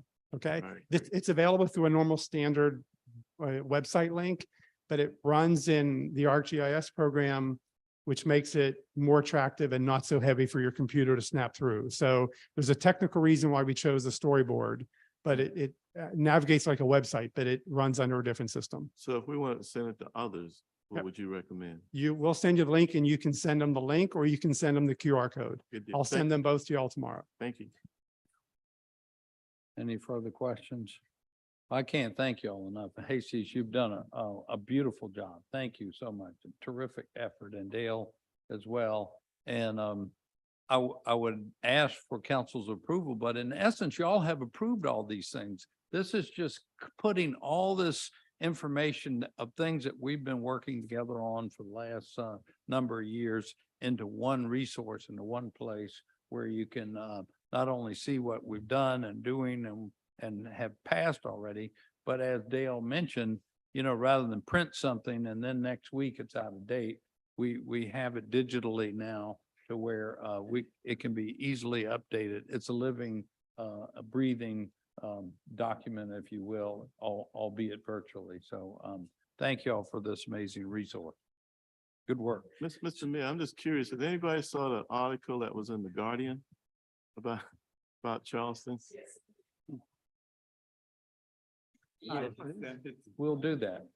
So I happen to know the author. She had asked to be part of the Dutch dialogues to observe, and she did. I had spoken with her 1 or 2 times when I was still with the Water and Sewer before I came to the city of Charleston. I will say it on the record, there were a number of things she has wrong. There are a number of the things that she says we should be doing that we are doing. We will have a conversation with her, and we can also send her this document to brag about what we're doing. So. Thank you. for doing this. But there were a number, I'm sorry, Mr. Mayor. Councilmember Gregory. There were a number of things that she said that was correct though, as well. Yes, sir. Okay. All right. So thank you all again very much. Lastly, we have the approval to authorize a amended allocation agreement on one of our opioid settlements. Back to Ms. Copeland. Thank you, Mayor. So members of council, this is the second round of opioid settlements. This would just authorize the mayor to sign those documents to participate in the allocation agreement with the Attorney General. And I just want to happily report that we were in front of the board today and were granted approval on our first application for $560,000, which is going to be dispersed amongst police, fire, and housing actually for preventative measures for opioid matters. So good news. That just came today? We just learned today, this afternoon. Oh, great. Terrific. All right. So can I ask for a motion to approve? Any discussion or questions of Ms. Copeland? All in favor, please say aye. Any opposed? The ayes have it. Next is our council committee reports. And first up is Committee on Special Facilities. Was that council member? That was Shealy's and he's not here. Okay. Would anyone like to report in on that committee meeting?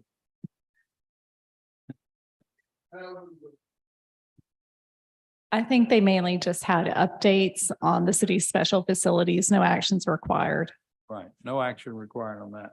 Next up, our Committee on Public Safety, Councilmember Shade. Thank you, Mr. Mayor. The Committee on Public Safety met yesterday afternoon. We met live actually, and we had several matters of business to address. I was a little bit disappointed in the lack of public input and attendance to this meeting. I wanted to make sure we're done in public when we got to the racial bias audit update. Anyhow, the very first item of business that we had was a approval to submit the 2022 Fire Prevention and Safety Grant. We have Assistant Chief David Griffin. Well, there he is. Yeah, they are. I just want to give a quick update on that, Chief. Yes, sir.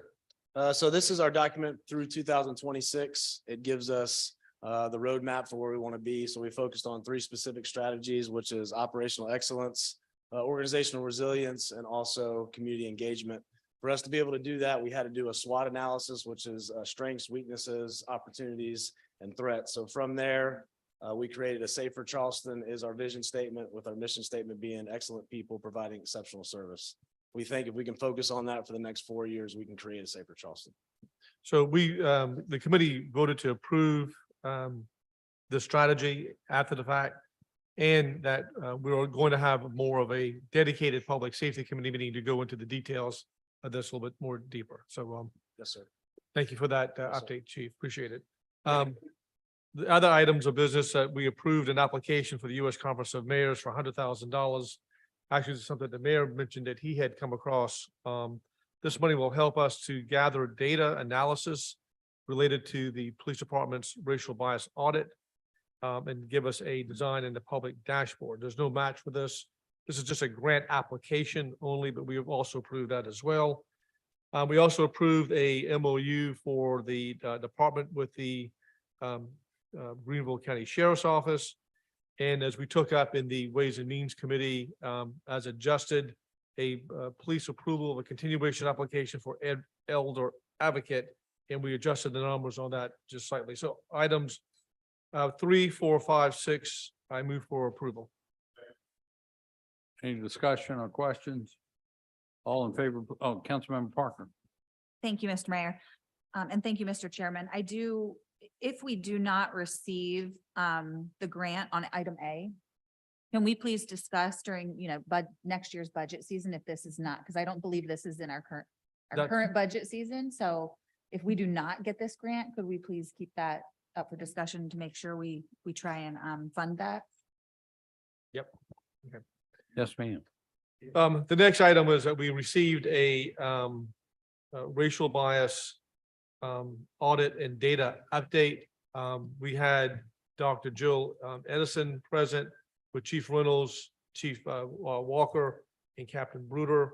You should have received a copy, if you have it, of the slide presentation that they gave us.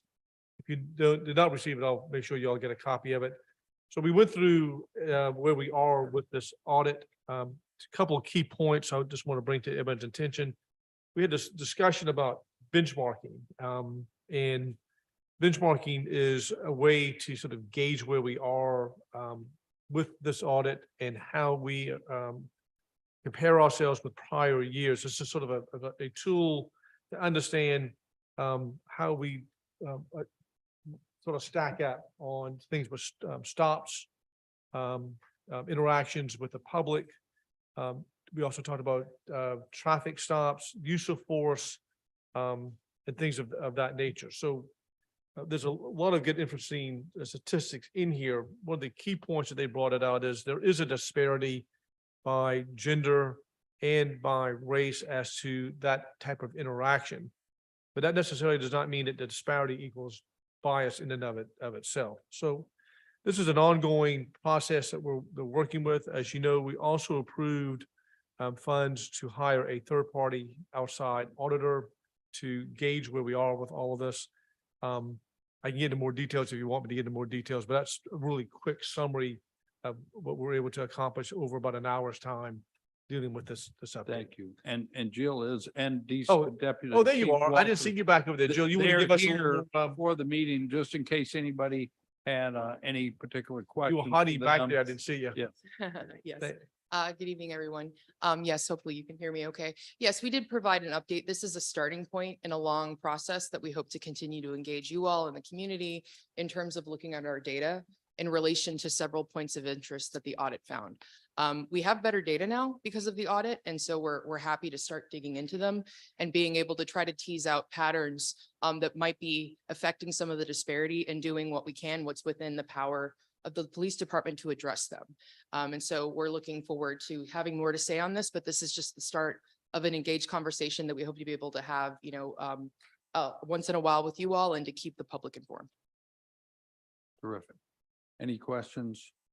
And by the way, we didn't take a vote on the prior items. Oh, So we had a no. motion on the floor. I think for, That'll be the item number E, I think. that's right. And the prior one. So could I digress just a minute and ask council to take a vote on that item? All in favor, please say aye. Aye. Any opposed? The ayes have it. Any additional questions about the report on the racial bias audit and data update?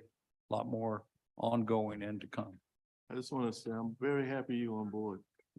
Yes. Yeah. Yes, the department is fully committed to this effort. And one of the grants that we hope to apply for, if we're awarded that funding, will help us even get better presenting the data that we've collected. That's right. Yeah. So, and Councilmember Bowden, there were specific numbers and we are reporting those now. And I felt like it was a very progressive step, a step in the right direction. Thank you, Chief Walker and Jill. Appreciate your efforts. Councilmember Bowden. Drew, I watched on YouTube. I really appreciated the effort that y'all put into it. I don't want anybody to think that we're not all on the same team here and have the same goals. So I thought you did a great job. I just didn't hop on and never want to mess with quorum stuff. So appreciate it. Thank you, sir. Appreciate it. Great. Thank you so much. Thank you all. All right, next up is our Committee on Traffic and Transportation, Councilmember Seekings. Thank you, Just Mr. this Mayor. afternoon. The Committee on Traffic and Transportation met today at 3 o'clock. It was actually a very interesting meeting. The first thing that happened is we had a report from the State Ports Authority. Actually, Barbara Melvin is here along with her team, and Jacob Lindsay was here. And what they did is, and it's actually, I think, for the first time that anyone has seen this unwrapped, is they gave us a presentation on their thoughts about the mobility side of the Union Pier PUD and its development. And essentially, and we've asked them to share that presentation with us, which we'll then in turn share with all of you. I think it will go through some refinement, but what you will see is that it opens up transit corridors north and south and east and west that don't currently exist in our grid, with one exception, and that's Washington Street. It'll open up Concord Street, then east-west. And I think the best summary I can give you all is they're looking at both the land within the confines of Union Pier and the PUD, as well as areas around Union Pier outside of the PUD, and specifically north of Union Pier, Washington Street, and to me, one of the most important portions of it is East Bay Street. And East Bay Street, not just south of Calhoun, but north of Calhoun. So it touches on, and if there are some adjustments made, benefits to the neighborhoods to the north, the west, and the south of Union Pier. And what the thought process is, and it will take some intergovernmental cooperation, but the courts, and specifically Ms. Melvin, got up and said this, that she's committed to engaging at the state level with the DOT to make this a reality, is to reconfigure and lighten the load on East Bay Street, shift a little bit to the east on Washington Street, and then open Concord Street up, which if you now come from south to north, you come up Concord Street past Fleet Landing, and what you run into, if you're not looking up and you're looking down, you'll run into a fence, even though Google Maps tells you that Concord Street keeps going. It doesn't, and it's been closed for a good period of time. So the other thing is they emphasize is they're going to be thinking holistically and complete streets wise on this, that will not just be for cars, bike, ped, transit. They've met with the VCD COG and CARTA. And so there's a lot of work still to do on this. And our technical review committee is going to require, as part of their process, traffic studies, and they've looked about traffic generation, on-site grid generation, all of those things. And the numbers initially that they talked about in terms of trip generation during prime and peak hours are not as stunningly large as you might think they would otherwise be. I think they told us in the morning prime time on and off Union Pier, they're estimating about 800 cars an hour, and in prime time in the afternoon, about 900. Now, if you put that in perspective and think about it for a second, yesterday, when the cruise ship was here in town, and it's here twice a week, 52 weeks a year, there were probably 4 times that number of cars generated by that cruise ship, because it's embark debark, holds 3,500 passengers, and every single one of them in some form or another comes rubberized, comes either in a car, a bus, or something in between. The net effect of all this is they know it's going to create mobility issues, and it will generate traffic and traffic counts. So they're going to take into account of that. But balancing against the reduction in traffic, it will actually, I think, once they open up that grid, be very beneficial. So it was a good initial report. It was the first time we saw it. There was a lot of questions asked. There was a lot of answers given. Some of the answers were, we'll get back to you on that. And we invited them to do that. And I believe that they will sooner rather than later. I've seen some communications tonight that they're interested in getting back here pretty quickly. So it was a good report. We'll make sure it gets generated and sent to you all, just so you can see the mapping that they're preliminarily thinking about. So that was that. We took up the parking meter contract approval. As you know, we're going to change the meter heads on all of our parking meters downtown. It turns out to be about 1,100 of the meter heads, and some of them will also be parking kiosks instead of meters. We have 1,700 plus or minus on the peninsula. This went through a rigorous process. It's upgrading our technology to make it easier for customers and also easier for Mr. Somerville and his team to track parking revenues, to track parking compliance and all those things. So it's technology generated. I don't believe we need to take action on this because it came through Ways and Means. We've already approved it. But just so you know, over the course of 3 years, the investment the city is making between hardware, software and maintenance is $800,000. The last thing we got from Mr. Lawrence, which we've asked, and I think this council is interested in, is a monthly update on Upper King Street and the traffic patterns up there. It was a brief update today because we had a long meeting. They've made some very minor adjustments to when they put the meter bags out and some other things, but status quo ante, things are going well up there. There's been no change in sort of what's happening up there in the negative, and they still feel positive about it. So that's my report. It was a good meeting, and more to come on Union Pier in particular. Councilmember Parker and then Shay. Thank you, Mr. Mayor, and thank you, Mr. Chairman. Just quickly, one important question that was brought up was cost of the streets, just so everyone's aware. You know, they talked about the PUD and how these streets, some are state right now, they'll be city. So I think that was an important question and will hopefully be addressed at our next meeting. Right. And in response to that, we have been working through the whole question of what it costs the city in general to own streets as opposed to the DOT. And we're still not where we want to be. I know that's been of great interest to Councilmember Gregory. We're working through that. So we own a lot more streets than people think. And the PUD did say that the idea was for those streets within the PUD to be dedicated to the city. Outside of the PUD, and particularly East Bay Street, we do not own that. I don't think that's something we want to jump into anytime in the near future, but we do want the DOT to take a look at it. And by the way, for those who've been here for a long time, there's been numerous studies, reports, and recommendations to reconfigure and calm East Bay Street over the course of the last 30 years. This is our really once in a lifetime opportunity to actually do it. Absolutely. Councilmember Shay. Just a quick comment about that presentation. And one of the things that really hit me that we forget about is that the way that this port is now designed, it does cut off a lot of north, south, east, west access through the peninsula. It's almost like a wall in essence. That and so the infrastructure that will be implemented here is going to improve a lot of traffic flow opportunities for us. So I just attended as an observer, and I appreciate the thoroughness of that report that we received from the SBA. And my other comment is, at your next meeting, please take up my ordinance on the overnight trucking. I think that's going to be up there for So next time. all apologies from the committee as chairman. I did decide to put that to the next one just because of the length of the meeting we knew we were going to have. So we will have it on the next executive. Thank you. Councilmember Waring. Thank you, Mr. Mayor. Committee on Public Works and Utilities did meet yesterday. All actionable items passed unanimously, and I moved the adoption of the report.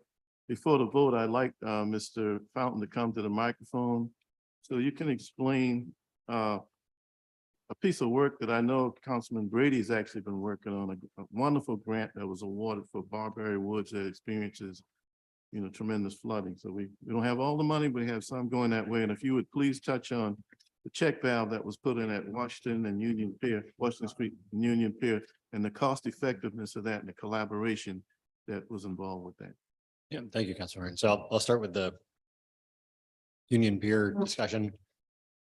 So we did install a check valve on Washington Street near the entrance to Union Pier. It's an area that's very low lying, very heavy flooding. I hadn't previously been check valve because it's a very, very large outfall pipe, about a 60-inch pipe. It's the largest check valves we install. They're very expensive. The mayor did reach out to the State Ports Authority when we started looking at this to see if they would be interested in cost sharing something, since there's obviously an economic benefit to them from access to their terminal. And then the Stormwater Department reached out with the mayor's support and Council Warren's support to Charleston Water Systems, who often supports our check valve installs in areas where they see I&I issues with their sewer system. Basically, as you get floodwaters entering their sewer pipes, that increases their service demand and then also the cost of treating all of that water. So they have an annual allocation that they consider for us. So both those entities agree to basically split the project 3 ways with us. We were able to get those valves ordered and installed. It was a pretty interesting process to install those valves underneath the pier terminal in the port. The port was great to work with. They did a great job working with our contractor and getting us good, clear access. So we ran that project. Valves went in. We saw evidence of significant improvement even in the recent flood events this weekend, as we didn't get quite the 8.4 tides they were originally predicting, but we still ended up with about a 7.8 foot tide. We'll continue to monitor those because there's always a chance that we'll find an additional connection that wasn't visible with those lower flood levels. But so far so good on the improvements there. So it cost about how much? So again, those check valves are extremely expensive because of the size. We're talking Right. 5-foot diameter valves. It's about $300,000 for that Right. project. But if we had to put a pump station, then how much would that have cost? So most pump stations are generally running on the order of $15 million. There you go. 300,000 versus 15 million with collaboration with Allied. Yeah, and that does not Great. include the property for the pump station. That's just the actual station itself. And And that- again, we only spent $100,000 for that. The other $200,000 came from the other two entities. And just repeat the amount of the grant again for Barbary Woods one. So for Barbary Woods, we've been notified that they intend to award us the grant. We don't yet have the grant agreement document to accept. But this is the South Carolina Office of Resilience. This is their ARPA funding. They had about $50 million of ARPA funding to hand out across the state. They had 76 projects that were applied for. They awarded, I'm going to get the exact number wrong, about 17 projects. Barbary Woods was notified for award of $4.6 million out of that $50 million. So they said it was one of their best scoring projects. It's a green infrastructure project, which is what they want to see and support. It also has a pretty significant LMI population within the project boundaries. So that was another one of their scoring criteria, which helped us do well with that grant. Thank you so much for your quality work, professionalism. Thank you, sir. And one last thing on that report, we had a long discussion on a gate on Gordon Street that was deferred. But I moved the adoption of the report. Right. Second, any discussion or questions? All in favor, please say aye. Any opposed? The ayes have it. And as a additional note, Matt Fountain and I and Dale met with representatives from the South Carolina Office of Resilience, along with the representatives from Congresswoman Mace, Senator Scott, and Senator Lindsey Graham this morning over our Earhart Tunnel extension, because all those parties helped collaborate for us to get that $10 million grant to make that project possible. And they came just check, make sure we were proceeding along with the project. And of course, we are well. It's making great progress. But just to let y'all know, the Office of Resilience, they were singing our praises, y'all. They really appreciate the work that Matt Fountain and Dale and all of our professional team has been putting forward. All right, Committee on Ways and Means, Councilmember Gregory, as amended. Yep. As amendment second. Any discussion? All in favor, please say aye. Aye. Any opposed? The ayes have it. Next, we have, I think, 11 bills up for second reading. Move to take 1 to 11 together. Second. 1 through 11 together. All right. And we got a second. Any discussion on any of those? All in favor, please say aye. Aye. Any opposed? The ayes Nay. have it. Just for the record, item 3, I'm a nay. A nay on number 3. And then for third reading and ratification So move. of items 1 through 11, we have a motion and a second. All in favor, please say aye. Aye. Any opposed? The ayes have it. So can I ask somebody to do a little filibuster while I sign up? Yeah. I know I could count on Councilmember Appel.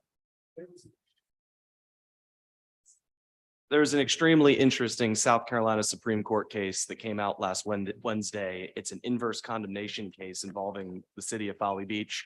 I encourage all of my colleagues to read it. There's a lot of implications for the city of Charleston as we move forward with our zoning code rewrite, particularly some of the more aggressive or innovative recommendations in our comp plan, including flood-based or elevation-based zoning. It's like a 31-page opinion. It's probably one of the most significant land use decisions, in decades in South Carolina. It's really, really worthwhile looking at. So it was, Folly Beach had what's called a merger ordinance, which basically said, like, if you look at the GIS system on like the north end of Folly Beach, closest to like the Coast Guard station, there are double stacked lots up there that used to be underwater that were now made into land through all the federal beach renourishment activity. And the law, I'm really oversimplifying here, but the erosion has gotten so bad there over the years, and there's been so many attempts at renourishment that the federal funding was actually at risk unless the city took certain steps to prevent development of those super oceanfront lots. And so one of the things the city of Folly Beach did is they passed this merger ordinance, which basically says that if you own both double stacked lots, you can keep whatever you've got currently. But if you go to sell it, you can't sell them as separate lots. They combine into the same lot to sort of prevent some of this bad development. They were sued for takings. They lost at the circuit court level. The city Folly Beach appealed it to the Supreme Court, and the Supreme Court reversed, finding basically that the city of Folly Beach could do this and not incur inverse condemnation liability for a variety of reasons, one of which was the unique situation that the city of Folly Beach found itself in due to the jetties, due to all the studies. And it just showed the importance of when you're challenged as a local government, if you have the backup, the studies, the analysis, all the stuff we heard from earlier from Dale, the foundation that we've been setting, that the courts look at that and it demonstrates that local government's not just shooting from the hip, that we're actually regulating for a genuine, serious purpose, and it helps that inverse condemnation test. So it's an interesting case. It's very complicated, but it was a pro-local government decision by the South Carolina Supreme Court, which you don't see every day. Thank you, Councilmember Appel. I knew I could count on you. Any further business to come before us this evening? Hearing none, we stand adjourned. Oh, Councilmember Mitchell. Yeah, under the miscellaneous, Mr. Mayor, I want you all to take in consideration with the people that came here from the east side, talking to the petition that we received on last council meeting. And I was asking the mayor and his assistant to look at that very seriously, and looking at the what they turn into so far as with the Easter egg hunt for the young people, that none of the parks in the city with the African-American youth goes to was included. And I would ask them to look into that also. Yes, sir. Because they're talking to me, they're calling me about it, and I said, I don't know anything about it, so they came here themselves. And so you need to look at this very seriously, so you wouldn't come back up again over and over again. So we need to look at these things very seriously and make sure that we are not doing any separation, you know. Yes, So I sir. wanna bring those Will up. do. So I'm asking you, the mayor, our mayor assistant, to get with them and try to kind of iron this out and kind of solve this situation so we can get that behind us. We will. Thank you. God bless. We stand adjourned.